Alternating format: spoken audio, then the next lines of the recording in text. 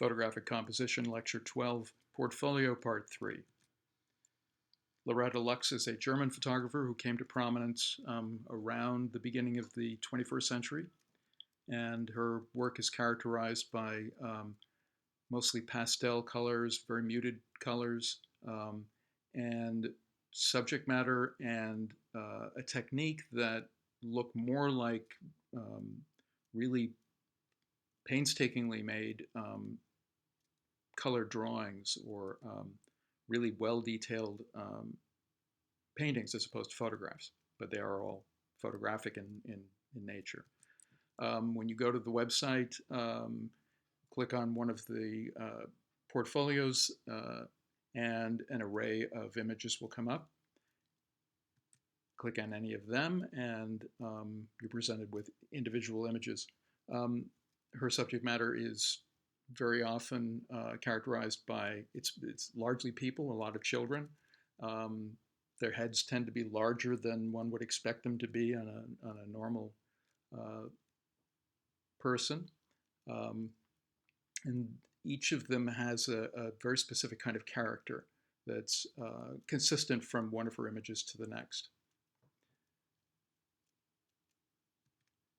The images are grouped by, as I say, different portfolios or series, and there are consistencies, but there are also divergences as it go from one portfolio into another.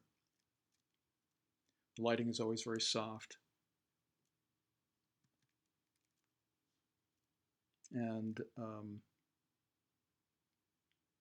there's a potential for them to be cloying, but her approach is, I think, more interesting than that would suggest. There's an edge to them.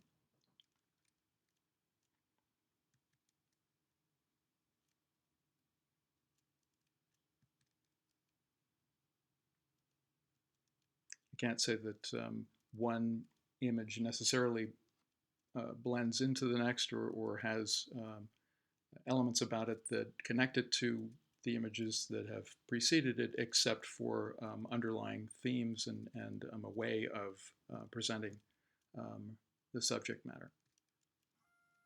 And she's not immune to her own photographic devices and self-portrait. Peggy Sirota is a commercial photographer who does a variety of different kinds of work.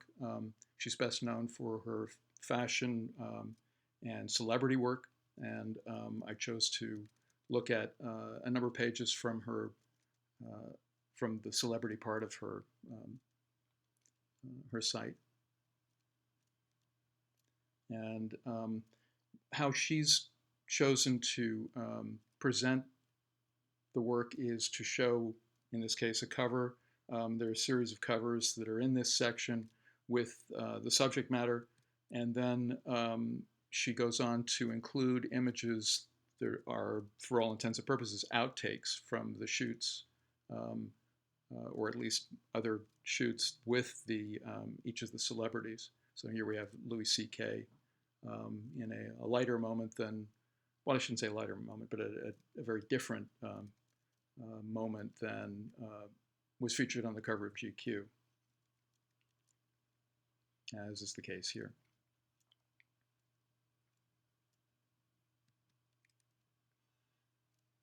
And clearly she does a fair amount of work for GQ. We have the celebrity. And here we have the celebrity doing something zany.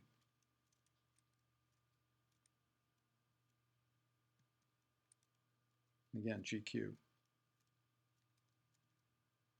A fairly straightforward portrait of the actor, and then one a little less straightforward and more sort of action-oriented.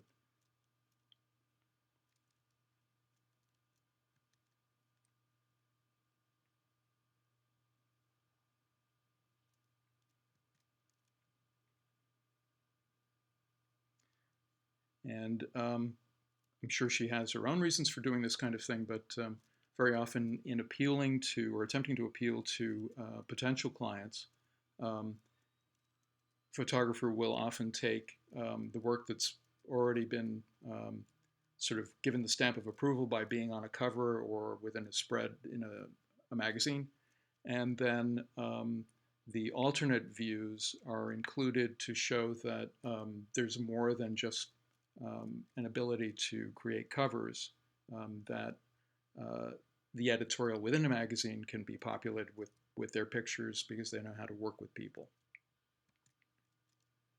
Tim Griffith is one of the better known architectural photographers working today, and he has photographed most of the work that you'll see in his on his website is of contemporary architecture, and one of the things that he does particularly well is to first find a defining point of view from which to photograph a building, and then figure out the best time of day to shoot it and how to frame it at the same time. So there are a number of elements, all of which he does really well. His website, as with others that we're seeing here, tries to show a variety of points of view, so that it's not just building interior,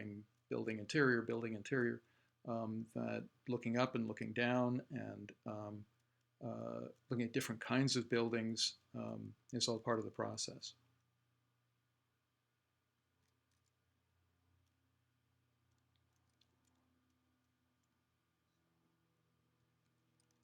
And that he is willing to go to considerable lengths to find alternate views of buildings is very much a selling point.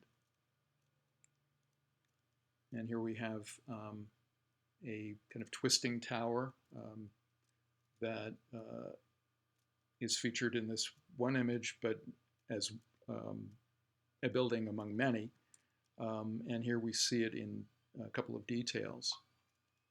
And again, the presentation, this diptych, is an important part of his presentation.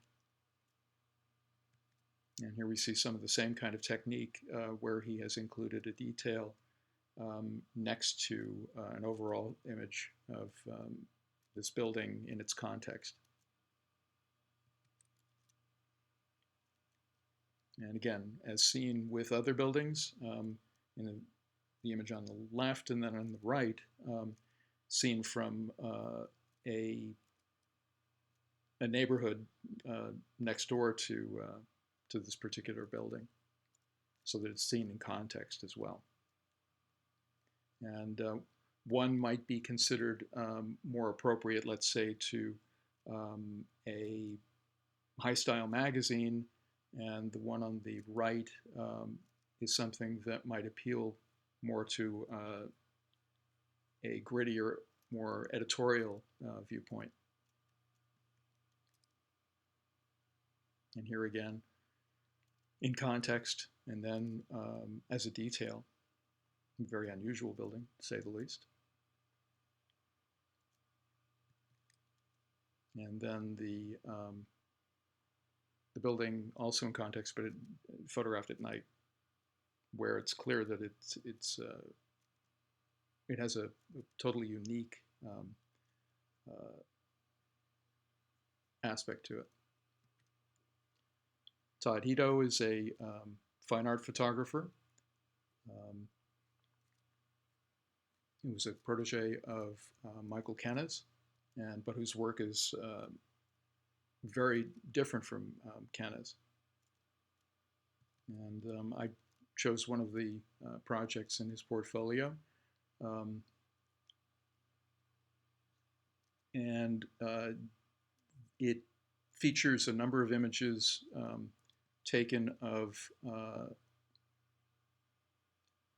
I believe it's areas of Ohio, where he's from, in various states of weather, and also at night. His point of view is very personal, and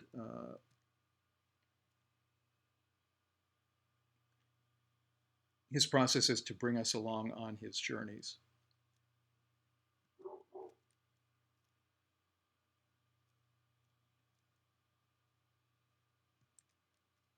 One of the things that he's particularly known for is images taken at night,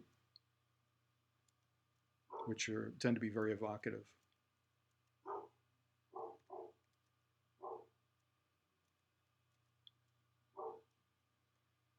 In some cases, the subject matter is almost impossible to see or very close to it, but there's enough tone here to really get a sense of what we're looking at and what appears to be like a UFO on the horizon.